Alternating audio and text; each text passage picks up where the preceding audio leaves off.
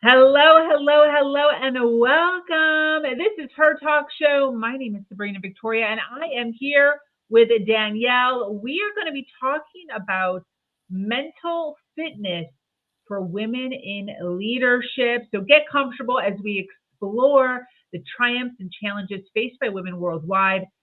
Here we offer insights and inspiration to fuel your personal and professional growth. Let's jump right in. Get ready, because today's guest is about to change the way you view your world.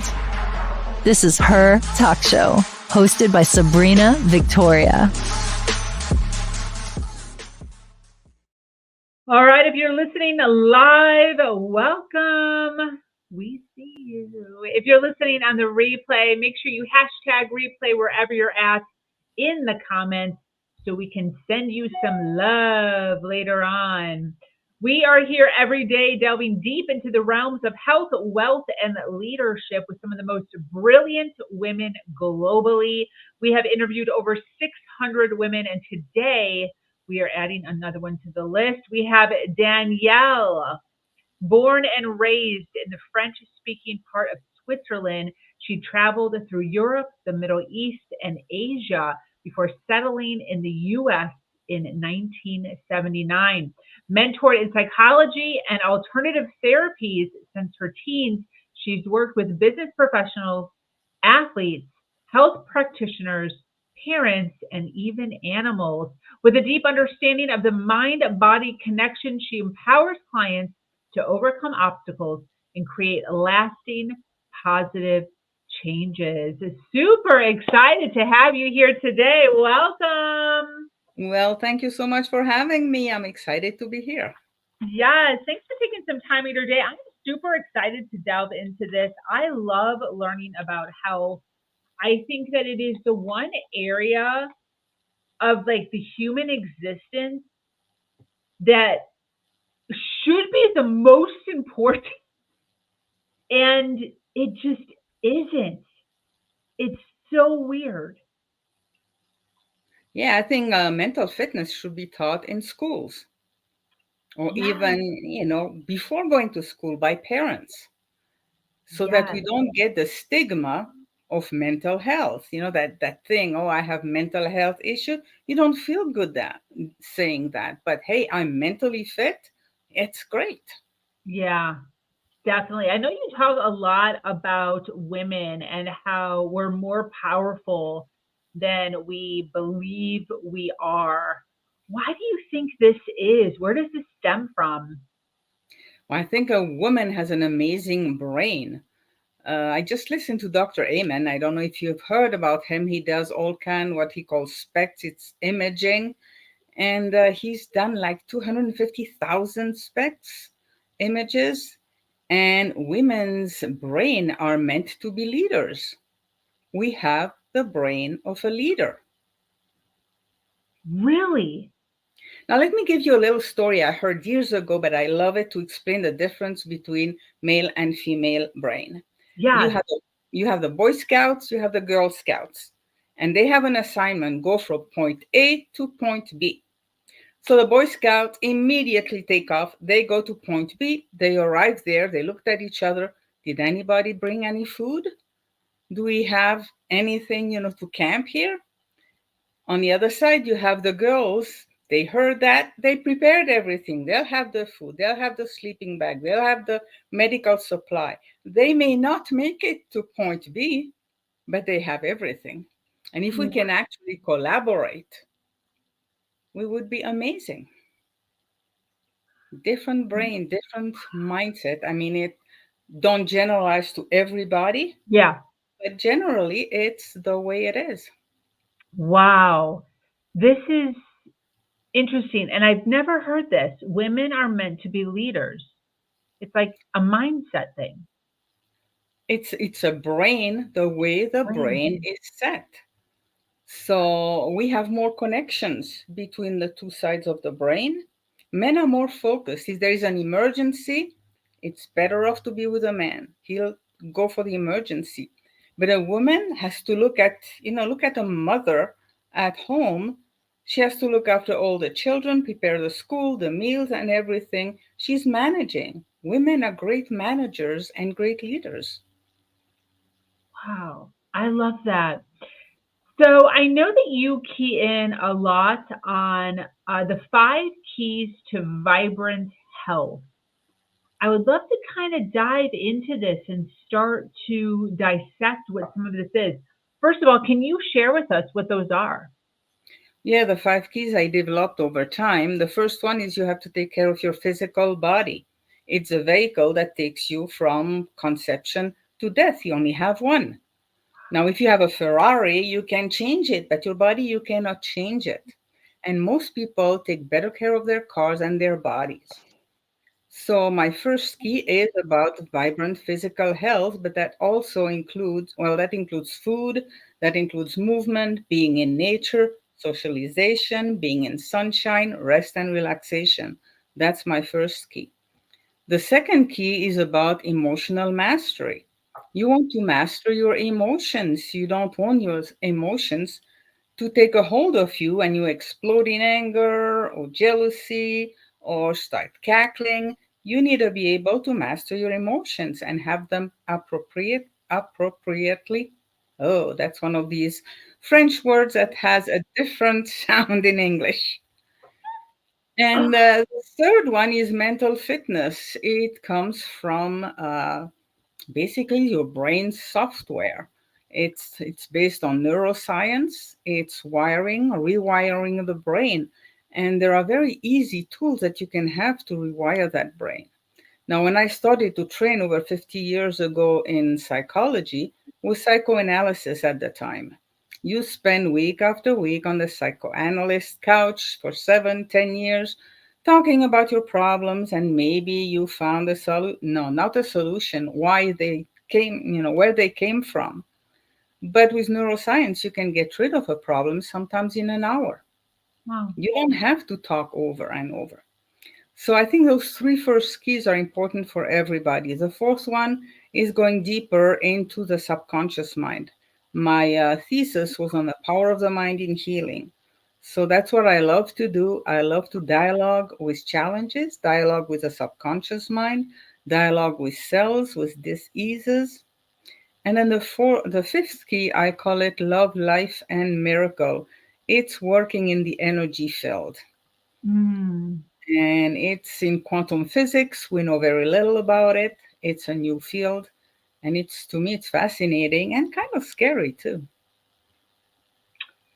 So those Yes. are 5 keys. So when you talk about mental fitness and specifically talking to women in mental fitness, what does this look like?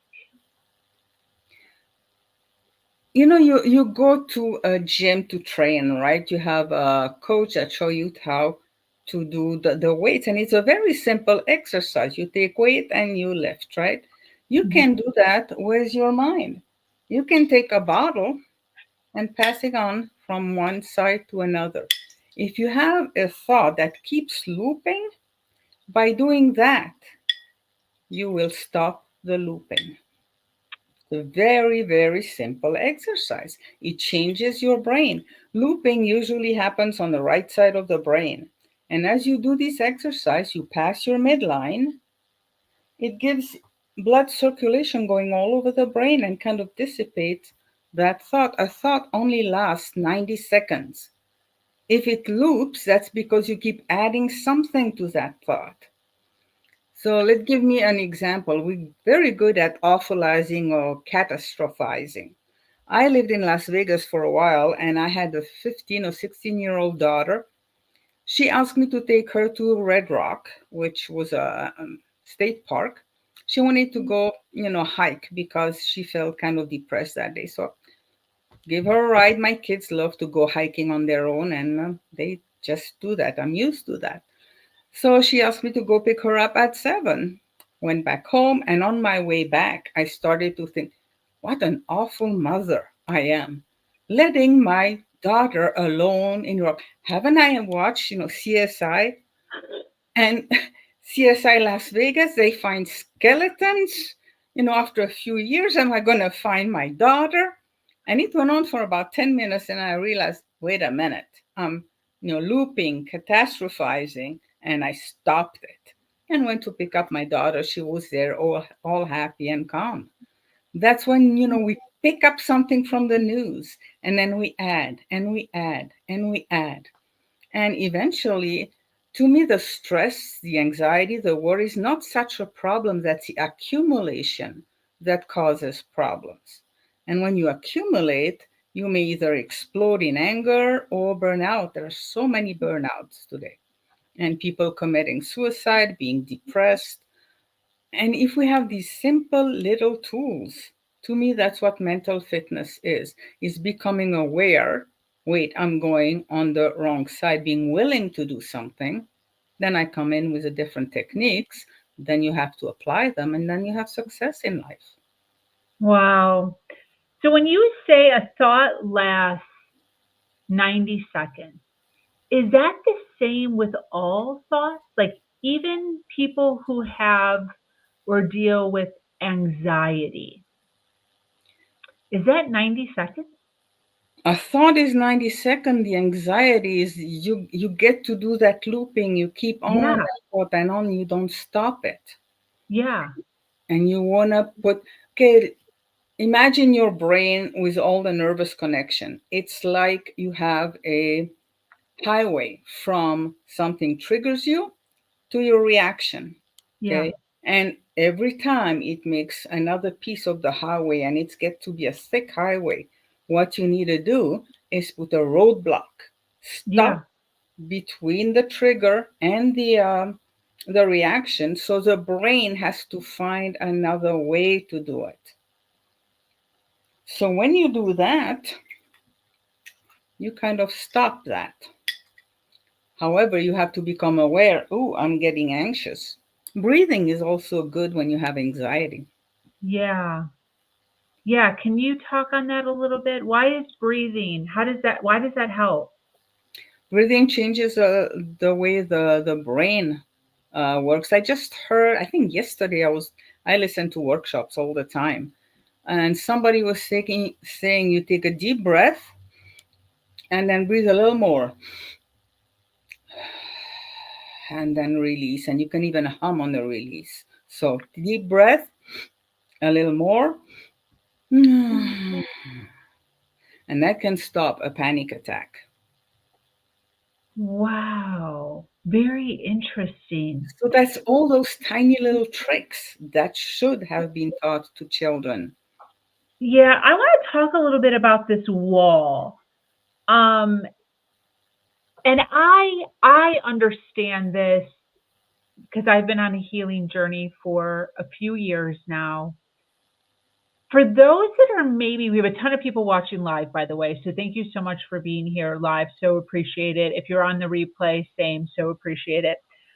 When you're talking about putting up a wall, let's say I'm feeling anxious. How do I put up a wall? Or what does that mean exactly? Like, what is the action step I should take? Well, you have to realize that it is happening. Yeah. And it's one simple way. You can also work with a therapist or a coach to find out where the anxiety stems from. Is it, when did I do that? I wrote an article. Sometimes it comes from food because we eat food that is unhealthy. And Mike Adams, if you go on his website and you type in elemonics, he has the sound, the frequency sound of food.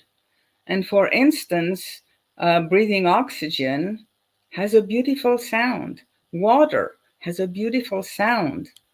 Uh, Calcium, vitamin C, progesterone, beautiful sound.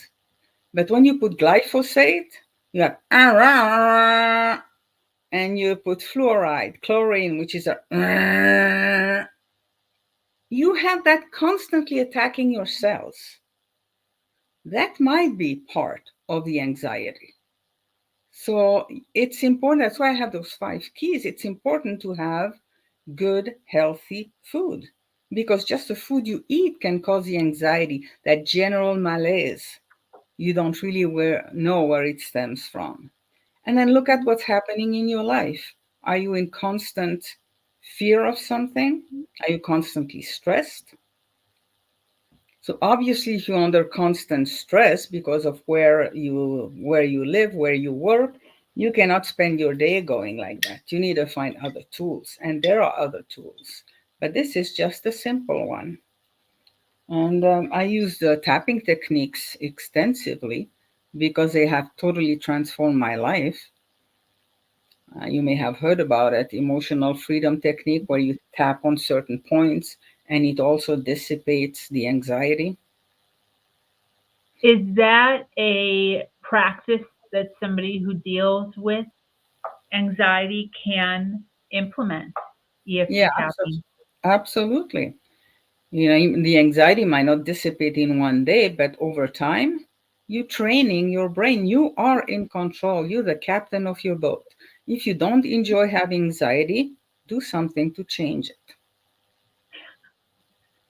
Sure. Yeah, Now, if you don't enjoy it, you have to change it.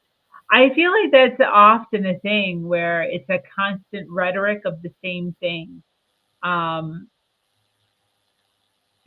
working on something to help curve it, yeah, if you're not appreciating it. And some of that comes with actually changing your identity. Are you a person who identifies as a person with anxiety? That's going to be hard to get rid of. if you're a victim of anxiety, you don't have much power. Yeah. Who is in control? It's the same with people who drink or take drug. Who is in control? The drug, the alcohol, the anxiety, or are you in control? Hmm. Now, I have an example. My mother passed away about 2.5 months, and I was very close to her. She was in Switzerland. We talked like every week or twice a week, and I knew she was going to pass away. But the intensity of the grieving caught me by surprise. And I Hmm. decided to allow myself to go through the feelings of grieving to see what it was like without using any of the techniques. And I've heard that in ancient times, when there was a death in the family of a close person, they would put ashes on their head, they would tear their clothes. They had people cry with them, they were professional criers. And after a month, things went back to normal. And that's what happened to me. It lasted about 3 weeks. I decided I give myself a whole month to find out what that deep grieving was so I can help more people. And it started to abate in about, 3 weeks. And I knew what to do in case I was, in the middle of a conversation with somebody. But I really allowed myself to cry and to weep. And I remember I went in nature where there was nobody and I was crying, asking my mom, "Where are you now? What did you do?" And you go through the anger and the denial. And I let that go. I had learned the Hmm. whole process and I was just observing myself going through grieving. It was very interesting and actually liberating. Hmm. And it is tough. It's part of the human condition. Let me give you an example of a woman who didn't grieve. Was a colleague of mine in her late 70s. She came to me one day and said, "The doctor said I have 6 weeks to live. I have water all around my heart."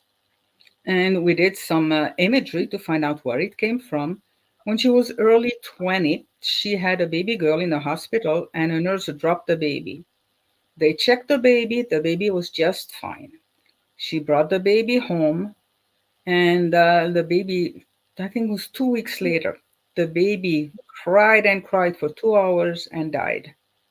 She had a very small hemorrhage in her brain, and it had not been caught. That was like 50 years ago, so they didn't have a tools for that. But everybody around her and her husband said, "Don't cry, don't cry, be strong, don't cry." She did not cry, and my belief is the tears accumulated around her heart. She went home, she cried for 3 days. and eventually sign up for a master's degree in psychology. Wow. So grieving is a very tough emotions to feel. Yeah.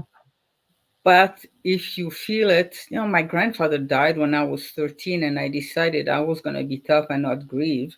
And my grieving process happened when I was 50 years old.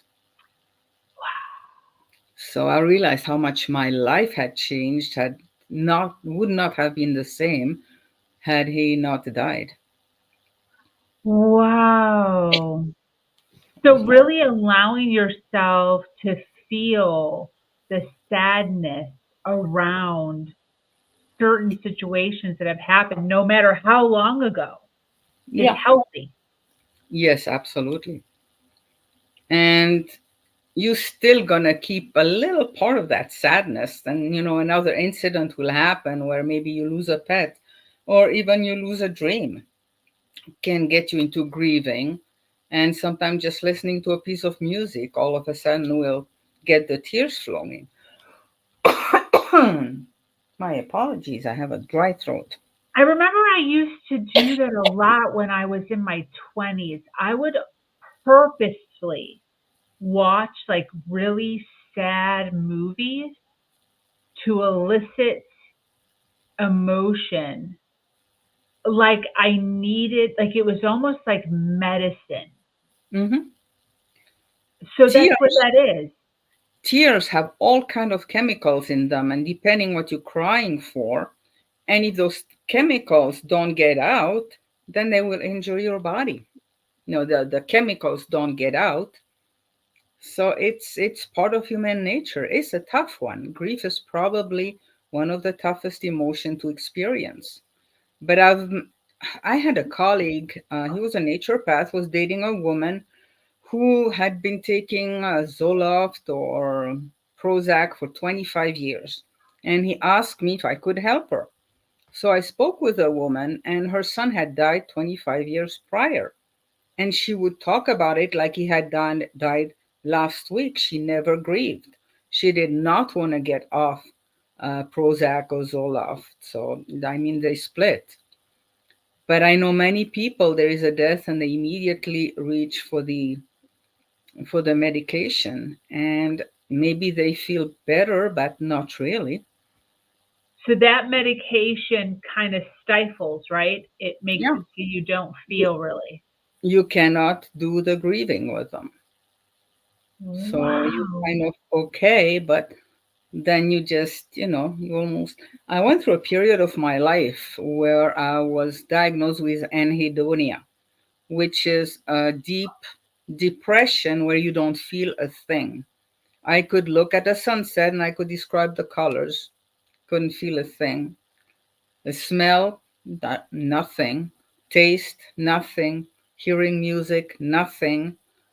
And it's not a nice place to be. That's why in some way, I was happy to feel the emotion of grieving. It took me quite a while to start feeling again. And the first sense that came back to life was smelling. All of a sudden, I smelled flowers. So I bought essential oils and candles. It was just wonderful to have that sense come alive again. And then food started to taste good. And then I love music and sunset and sunrise. So I'm full of life now. But I went for 2, 3 years with no feelings. My feelings had flatlined. I feel like this is almost like a epidemic within society where we are muting our feelings. There's a heightened anxiety, a heightened overwhelm. And instead of allowing ourselves to sit in the feelings of that, a lot of individuals are masking. So, when we're not that we're telling people to get off of medication, I mean, that's something that you have to discuss with your doctor, but what is like what are the steps that somebody should be taking? Is this like deep breathing and then all of a sudden they're fine? Um How about nature? A lot of people are nature deprived. okay. Go in nature. And go eat your lunch in a park, usually parks somewhere. Here in Denver, 20 minutes drive, I'm in a wildlife refuge and I go there for a walk at least once a week. It's very peaceful. And, sometimes I'm looping too, and the bottle thing doesn't quite do it. But just taking my camera and following a deer, all the tension goes away. Got it. So it doesn't take very long, a few minutes, and the tension is gone. So where is it? And it's just gone.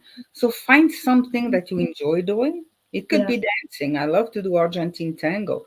It could be flower arrangements. Okay. Find something you enjoy that you have to focus on. Argentine tango is actually one of the best dances to help you with PTSD and with Parkinson's. It's Why? it's a therapeutic dance for PTSD and Parkinson's Why? because I guess you have to focus quite a bit in Argentine tango. So it just forces your brain. What you want to do is for your brain to think about something else, to get out of that loop one way or another. But nature to me is number one. Hmm. So when I think about my journey of healing and really stepping into a more calm mindset, I remember really early on with my mind almost arguing with my own mind. Like I knew deep breathing, I knew, some of these tips on how to kind of pull yourself out of a loop, for instance. I want to talk about, I guess I want to normalize the inner dialogue that happens that almost fights with this new behavior that we're trying to adopt. Can you talk a little bit about that? Like, we want to fall back into our identity and our victimhood of anxiety. I'm a person with anxiety, but then also we know that we want to step into our power. Um, what are some mindset things that we should be saying to ourselves, thinking or doing in order to keep taking a step towards a powerful individual versus your victim individual?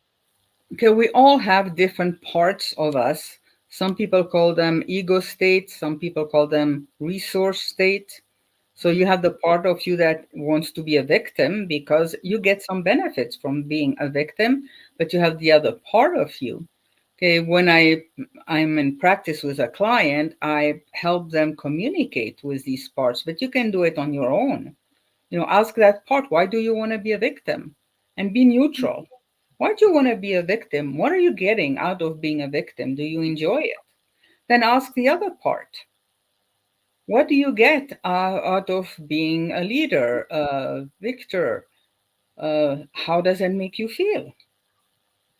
And then have the part listen to each other and find a way to to transmute the different parts. They always want to protect us. So the part Yeah, that's anxious wants to protect you, and the part that doesn't want to be a victim is more mature usually. So that part can show the anxious one, look, you had a problem when you were a child that started that anxiety going, but look at where I am now. I went through all these years and I'm doing fine.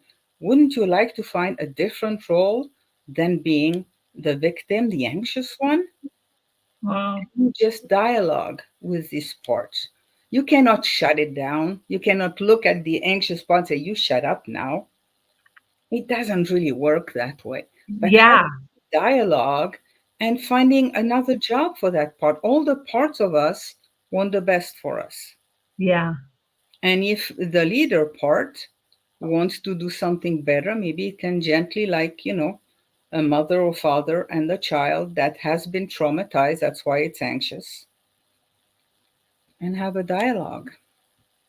absolutely a conversation Exactly. versus making a part of you wrong. Yeah. There's no part of you that's wrong. All your parts are there to help you, but they sometimes misguided because they've been hurt. So, so good. Yes, yes, yes. I have taken so many notes. This has been amazing. For those that are listening live or on the replay, I would love for you to, obviously, we're getting a really good idea of what you do, but if you could tell us exactly what you do, who you help, and who should be reaching out to you. Well, if you want to reach out to me, you have to be ready to transform. I Mm. am not a therapist. I will not listen to you tell your story over and over because every time you tell your story, you are putting another piece on that highway. So I'm going to say, stop. Let's do something to transform that. Wow. And I've helped, veterans. I've helped, for quite a while. I was in the dark trauma, the rape, the incest. People have been in cults, legal abuse. There is unfortunately a lot of people who suffer from legal abuse. They go to court expecting justice and they don't find it, and they get into a type of PTSD. And now this year, I also started to train different teams, groups with those, like I was showing you, these easy tips and techniques. And there are dozens of them that I teach people to use so they can lower their stress, not accumulate, and not go into a burnout. And if people Beautiful. want to, I offer 20-minute conversation. I'm not a salesperson. I'm not going to pitch and pitch. I'm going to try to help you and see, maybe just changing something that you eat can help you or give you another tip or something like that. That's beautiful. Absolutely. I love how you are saying that you're not going to listen to their story because we do. We love to tell our story. We And love you to be every like, time, yeah, and every time we tell our story, we change something and the memory changes. So even wow, what you're telling may not be actually what happened because we add, we subtract. A memory is alive. The only way to keep yes, a memory real is to never talk about it. wow. Yeah, I'm just thinking of, and you're right, staying in the story is part of the issue. We just keep looping back the story, the story, the story, the story. And the first step would be to stop telling the story. You have to Yeah, like tell a new story. make up a new story and not be traumatized by whatever the story. Turn it, I call it turn trauma into triumph. Hmm, Look at how amazing you are having gone through that traumatic experience. You're still alive. And now maybe you can help others, you can be a leader in something, and you would not have been able without that trauma. absolutely. So good. So, so good. This has been absolutely great. For those that want to follow you on social, website, where can people find you? Well, I started now on Substack. It's daniellejcoaching.substack.com. Ooh. Unfortunately, I was censored on YouTube and Facebook, and they kicked me out of LinkedIn. So you can still find me on Facebook. I don't post much. I'm careful with YouTube because I have a lot of videos there and I don't want my whole site to disappear. I just happen to use some words that were not cool for the powers that be. I hear you. I'm trying to find. I want to put your Substack on here. Do you have it? No, I have it. It's Okay, let me hang on. Let me open up a box so I can put it on screen. Okay, hang on. Okay. All right, let's go ahead. What is it? Oh, you're gonna put it in the chat? Can I put it? Okay, where is the chat? Let me find. Private chat. Yeah, and then I can copy paste it. Beautiful. And then I can put where people can reach for if you want to speak with me. It's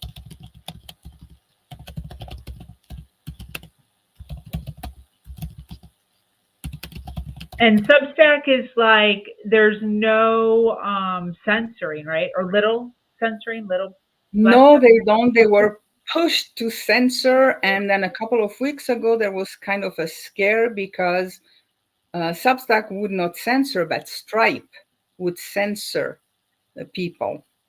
So apparently there was too much pushback. They're not doing it. So far, it's not censored. And that's where most of my colleagues moved to when they lost all their platforms. Got it. Okay, so we have Danielle J Coaching at Substack.com. For those that are listening on the audio, you might have to repeat that a couple times, rewind. And then her calendar to get that 20-minute chat with her is daniellejcoaching.com/calendar. Again, you might have to back that up a couple times to get that down. Screenshot the screen if you're watching us on video. This has been absolutely great, Danielle. So appreciate you coming on, speaking to the ladies here. Any closing thoughts as we're wrapping up? Well, you are powerful. Use your power, use your critical thinking, read labels, know what goes in your body, know what goes in your mind, and choose to be a great leader. Yes. To those of you resonating with Danielle and all the goodness that she shared today, make sure you find her, follow, share, reach out. That brings us to an end of yet another incredible episode of Her Talk Show. Thank you so much, Danielle, for being here, hanging out with us. For those that are here at the end, thank you for being here. Remember to follow, like, and share. Once again, I am your host, Sabrina Victoria, and I invite you to join our amazing community, Her Nation, where we continue to uplift each other every step of the way. Until next time, do something